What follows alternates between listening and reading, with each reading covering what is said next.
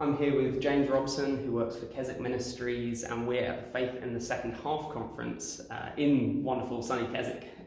Thank you so much for joining me. One thing that has been talked about by various speakers, in fact I think all of the speakers this week, has been about communication, about being honest about our struggles, whether that be in a caring situation, being careful or caring for others, or difficult conversations maybe between generations in order to make sure that good relationships can happen. And another thing that you've talked about and other people have spoken to you about is about regrets. And you spoke about that this morning. Could you share a little bit about that? Yeah, just conscious as we get towards the end of our lives, or the second half of our lives, we look back on the past and we can be plagued by regrets. So it might be something that we haven't done, whether it's an education opportunity or it might be a relationship we've not started into, or it might be something we have done. It could be actually something that's happened to us, a decision to get in the car and go somewhere and suddenly you have an accident and then that's changed your life forever. Or it might be something much worse, something that we did with a child. We were parenting, and the way we treated them at some point in time, we think, why on earth did we do that? And you can live in that place of regret, and you can lose all your joy and your contentment in that space.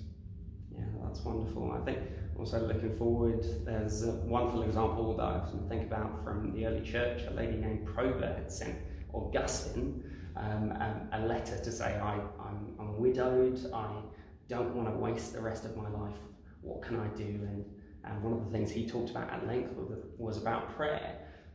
Is there any advice you have that you give people about looking forward and past the regrets that they might have had in the past? Yeah, so interesting enough, a lot of the wider secular literature on regrets, it talks about people at the end of their life and nearing the end of their life and the regrets they have, so that you can live a selfish life and don't make the mistakes that they did. It gives you nothing to deal with living with those regrets when you've got them.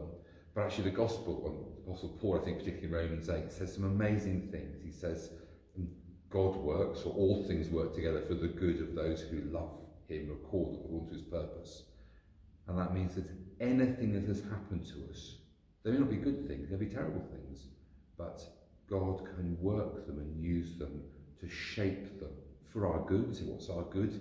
Verse 29 goes on to explain and say it's to be conformed to the likeness of his Son, to Christ. So God can take the experiences we've had and he takes them and uses them to shape us to be more like Christ.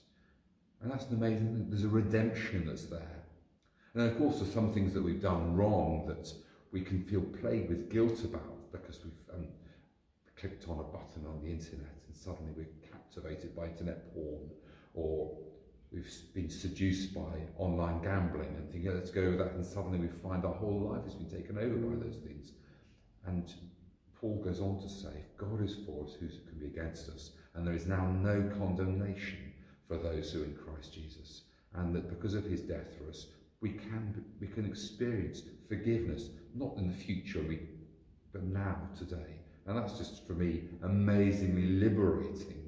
We don't have to live with those regrets, but we can know God's redeeming, forgiving power and then live lives of contentment. That's wonderful. Thank you so much. Thanks.